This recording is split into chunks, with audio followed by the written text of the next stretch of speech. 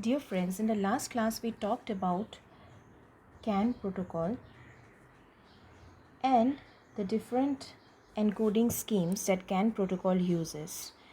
In today's session, we will be going to discuss further with the CAN message format and the error control mechanisms. So, before proceeding further, a small topic that we need to discuss in continuation with our previous session, which is relation between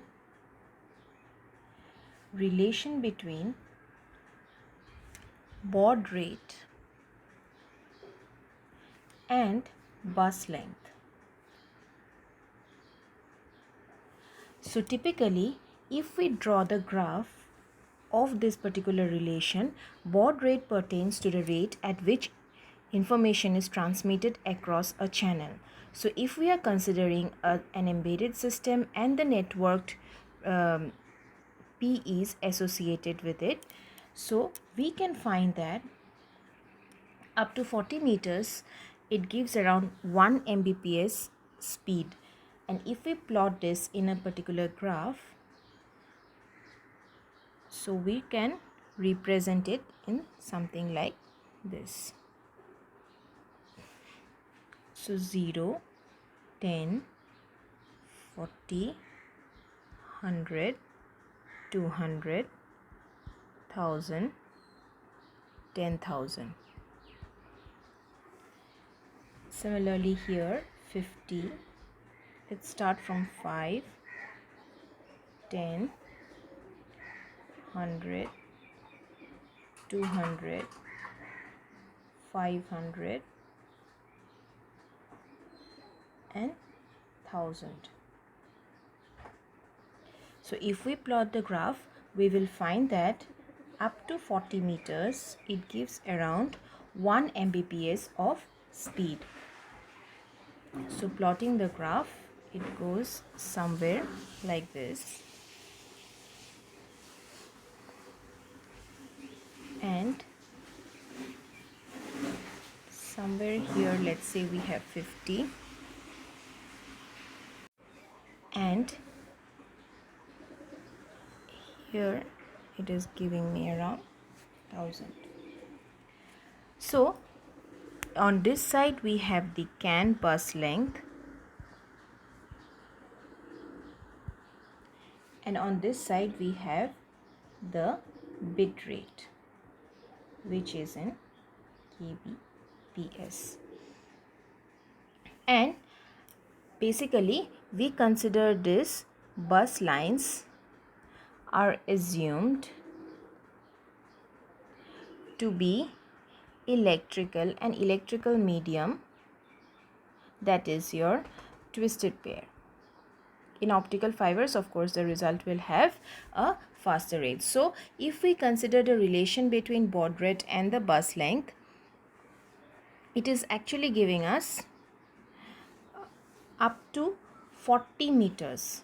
So up to 40 meters we are getting 1 Mbps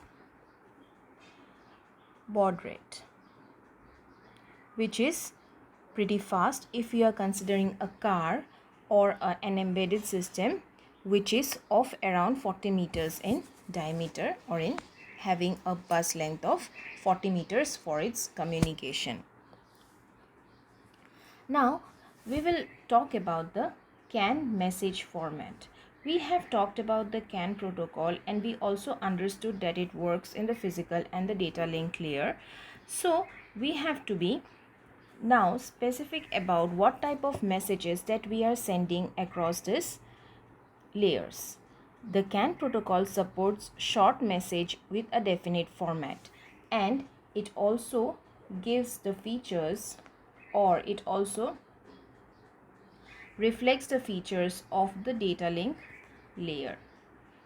So talking about the CAN message format, we are supporting small messages when it comes to sending message across the CAN protocol. So if we draw this CAN message format, we will find that it consists of a number of fields. So initially This marks the start of the frame.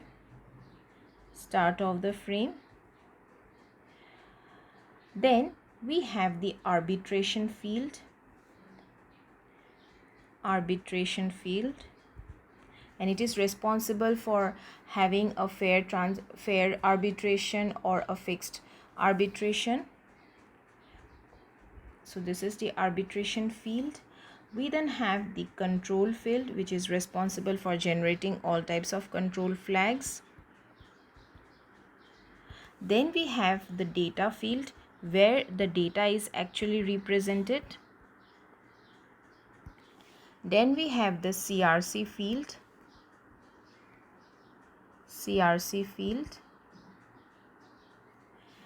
And finally we have the acknowledgement field. So CRC field is basically for error checking purpose, error checking or error controlling purpose.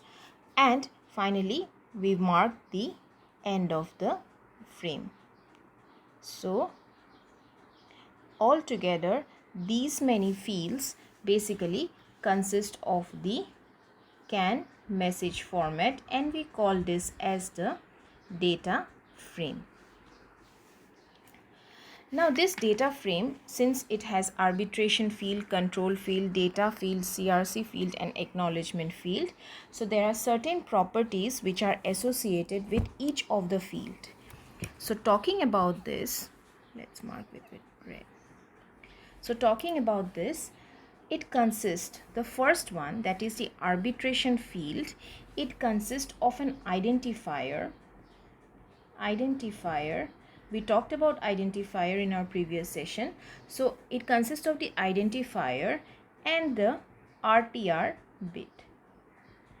Now this identifier is basically representing not the destination address or the destination node to which this message needs to be transmitted, but it contains the information of the message.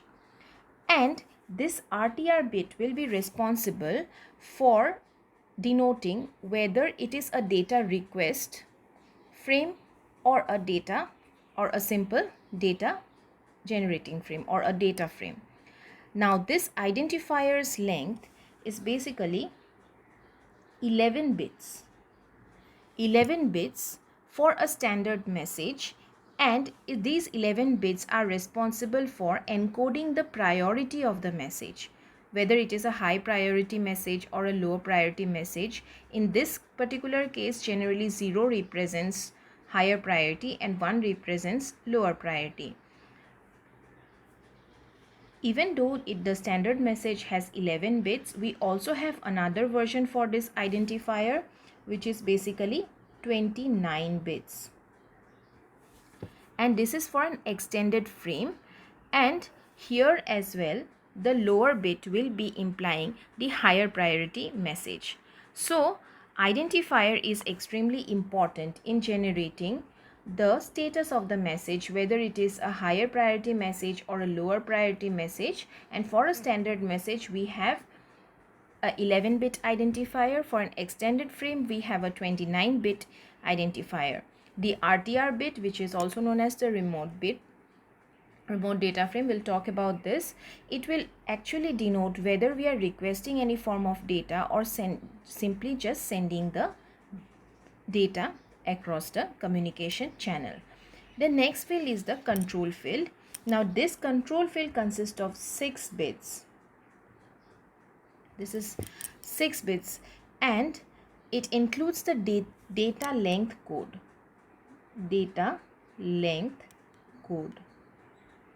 So this data length code basically represents how many data bytes are a part of the message. And of course it has 2 more bits. It has 2 more bits associated or reserved for future expansion. If it needs to be expanded or extended, we can use this particular bit. The next field is the data field, and this data field, it consists of the data to be transferred within the data frame. So generally it has around 0 to 8 bytes. So 0 to 8 bytes, and this contains the actual data which needs to be transferred within the data frame. Next we have the CRC field. It contains the CRC sequence, the error checking sequence, followed by a CRC delimiter which is around 15 bits. This is 15 bits. We have the acknowledgement field and the end of frame, and each data frame and the remote frame is delimited by a flag sequence which is consisting of 7 recessive bits. 7 recessive bits. Now these 7 recessive bits are needed as the next bit transfer or next data transfer occurs from this recessive period. And generally in this particular case, the recessive bits are basically high or 1 because they are not the dominant bits. They will be the recessive bits. So this is the actual layout of the CAN message format, and altogether, as we can see, if we go into the details of it, we will have arbitration field, control field, data field, CRC field and acknowledgement field, which are put together in order to send a particular message across the communication channel. The next topic that we'll discuss about is the arbitration mechanism. Arbitration mechanism of the CAN bus or CAN protocol.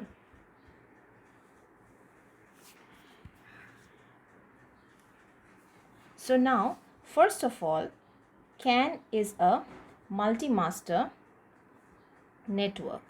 That means it uses certain protocol which will be working with certain defined arbitration. So it uses CSMA CD plus AMP protocol. This is your carrier sends multiple access collision detection with arbitration on message priority. So the arbitration or the change of the bus control will be depending upon the priority of the message. This protocol is also responsible for distinguishing CAN from the regular Ethernet. Okay, the next point is network nodes transmit synchronously. It is forever transmission takes place and all of the nodes starts transmitting synchronously at one particular point of time.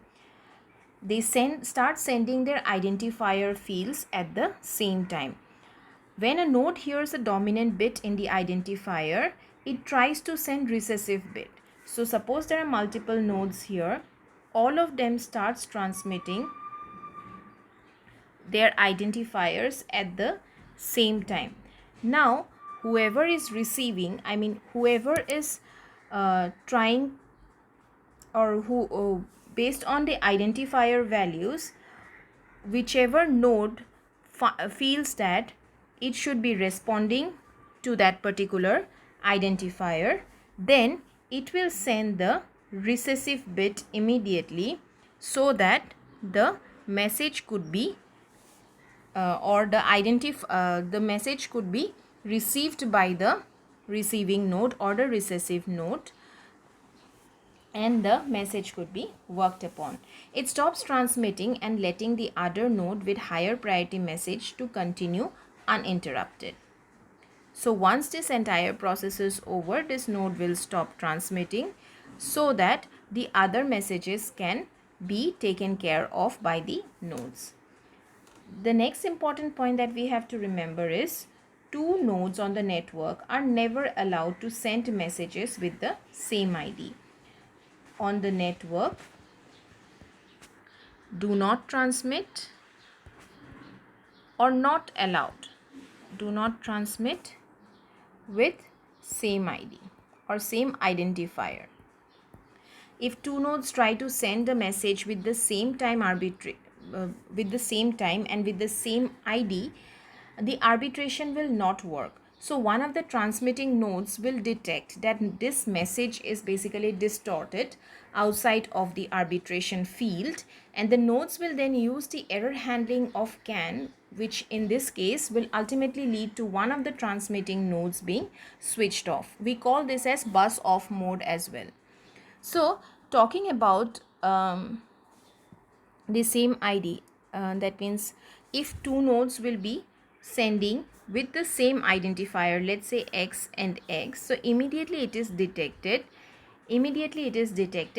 and it the error handling mechanism of the CAN protocol will be activated, which in this case will ultimately lead to one of the nodes being switched off permanently, which is known as the bus off mode. So same identifier we will not be able to use, because if it contains the same information, then the arbitration will not work, the priority will not work, because we have RTR bit also there, as well as we have priority bits also there, which will be taking care of the priority of the message. So in this particular case it will not work, the arbitration will never work. So one of the transmitting nodes, they will be detecting, this will be detecting that there is some sort of distortion in the arbitration field, and immediately it will send a message to the error control mechanism, which will push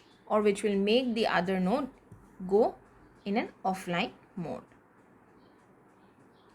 Now talking about the remote frames.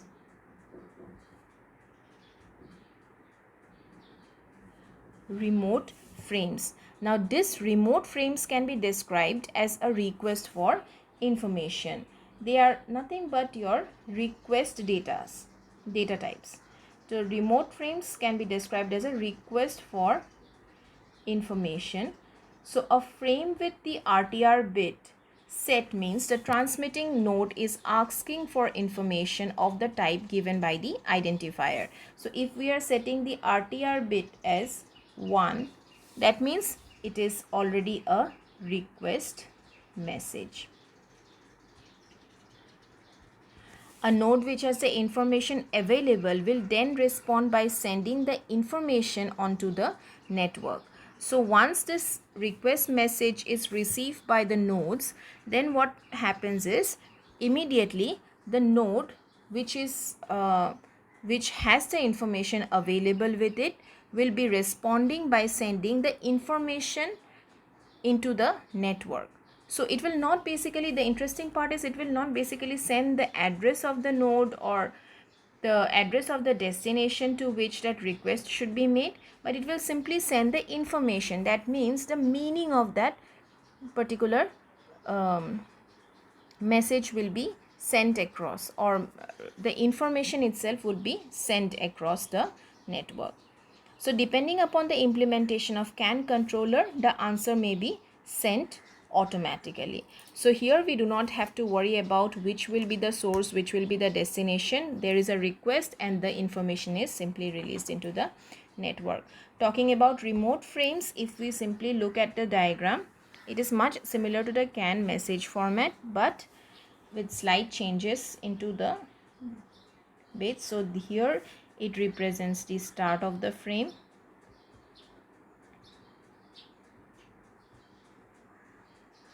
Similar to the message format, we have the arbitration field.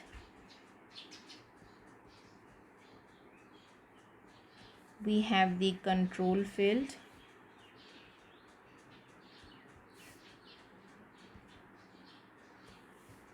We have the error checking field. Then we have the acknowledgement field. And finally we have the end of frame. So this also represents the remote frame What is missing here is the data field. Because it does not send any data, it will just represent whether it is a request message or a data message. So if the RTR is 0, then it is dominant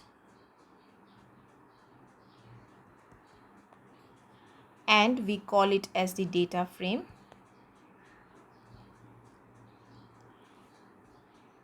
And RTR is equal to 1, it is a recessive, and we call this as a request frame or data request frame. So this is all for today. We will further have discussion related to error control mechanism using CAN in our subsequent sessions. Thank you.